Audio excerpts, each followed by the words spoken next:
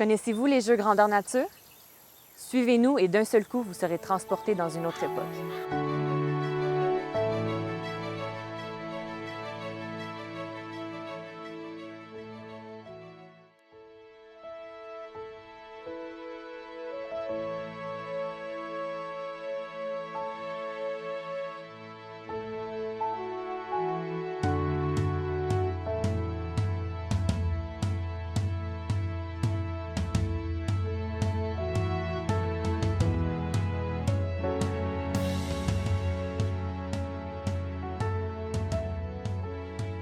On fait 4 fins de semaine par été.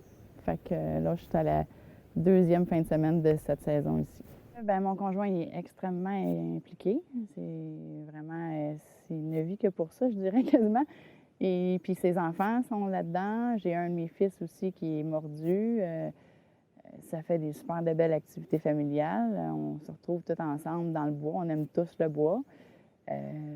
Ça va toucher, dans le fond, les besoins de tout le monde. Puis, c'est vraiment des beaux souvenirs. C'est des belles expériences que la plupart du monde ne connaissent pas ça.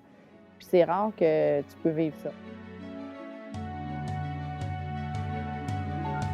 Bien, en fait, moi, c'est ma 4e année officiellement. J'ai toujours fait beaucoup de jeux, beaucoup de roleplay, de l'improvisation, du théâtre et beaucoup de jeux fantastiques comme Donjons et Dragons. En fait, c'est ça, avec la famille, tout ça, depuis qu'ils sont tout petits, on les a impliqués, on joue avec eux autres. Une petite séance de jeu hebdomadaire. Puis eux, bien, en grandissant à l'adolescence, ils ont trouvé la piste des GN, des grandeurs nature. La vieille arc est en train de vous sermonner tel que vous l'avez vu, là. Vous avez J'avais 6 ans, puis j'avais commencé à jouer à Donjons et Dragons avec mon père.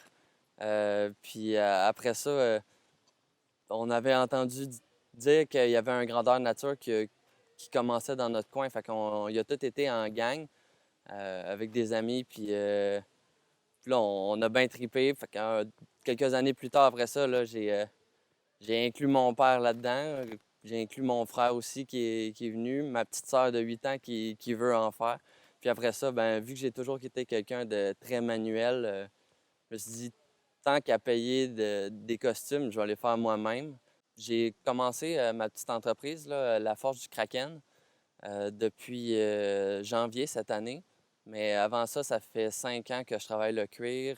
Je travaille maintenant le métal depuis 1 an et demi, je dirais.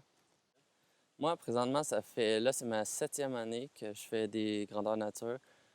7 ans avec Ambrosia, justement. Je suis pas mal un paladin, un justicier. Là, dans le fond, je vénère le dieu de la justice, de l'injustice, puis mon but, c'est vraiment de faire régner la justice, peu importe qu'est-ce qui arrive là, au travers du scénario, c'est vraiment là, j'impose ma propre loi, dans le fond, là, peu importe.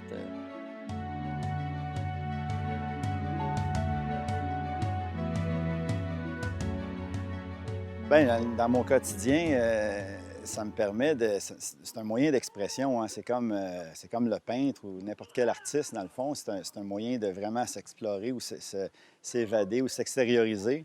Le GN, ce qui est plaisant avec ça, c'est qu'on peut vraiment faire dire à des personnages ce que nous-mêmes dans la vie, on ne pourrait pas dire, ou incarner des personnages qui sont complètement à l'opposé de nous.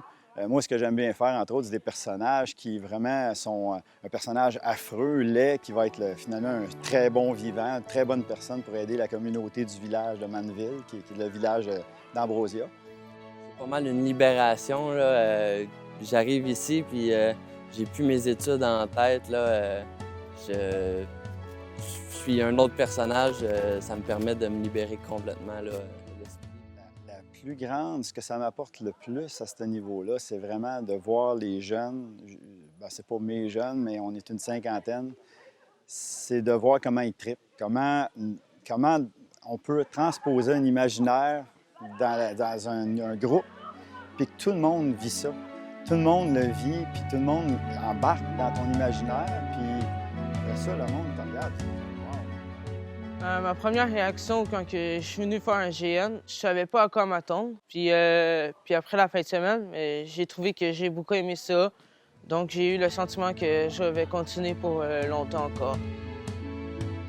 Bon, voir la réaction des jeunes. Quand je sais qu'il y a une grosse scène qui s'en vient, parce que vu que je sais d'avance, moi, les scènes qui vont arriver, contrairement aux joueurs qui sont sur le terrain, quand je vois les réactions, là, parce que je sais qu'il y a un monstre ou un des personnages à mon chum qui va arriver, qui mesure 12 pieds, puis qu'ils ne s'attendent pas à ça. Là. Ça, c'est le fun de voir ce que ça peut amener comme échange entre tout le monde.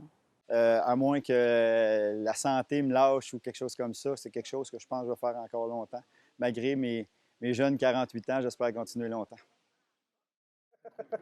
Je te dirais que je suis celui genre qui peut se déshabiller puis s'habiller en un costume environ à peu près 30 fois par fin de semaine.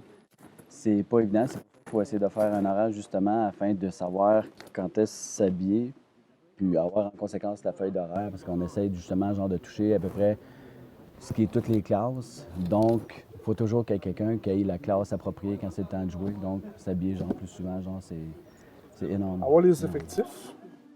Le bon nombre d'effectifs, il ne faut pas en avoir trop, il ne faut pas en avoir trop peu.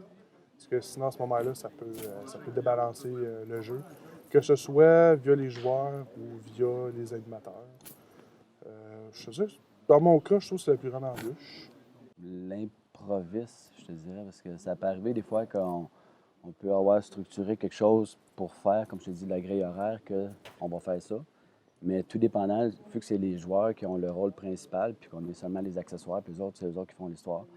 C'est là que des fois, s'ils sont trop fixés sur un côté à faire une quest, c'est là que, encore là, comme je te disais, on se déshabille, on rhabille, après ça, on s'en va faire la quest, on s'en va les aider, on embarque.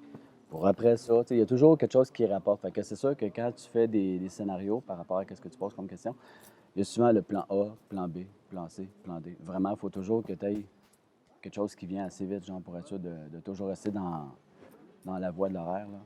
Mais c'est pas évident. Le défi, c'est de quasiment faire un plateau de cinéma, je trouve. C'est juste avec un budget un peu plus restreint, là, peut-être. Un peu? Mais, ouais.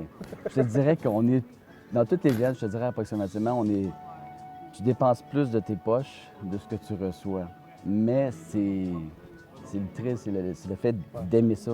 Même si le costume t'a coûté 500$ puis ça rend juste avec 300$, c'est le fait que, tu sais, on est une gang, on est en équipe, on fait des soirées, comment on appelle ça?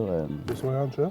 Oui, mais aussi pour les constructions, qu'est-ce qui a rapport avec les costumes. Je pense que c'est tout cet ensemble qui fait ça.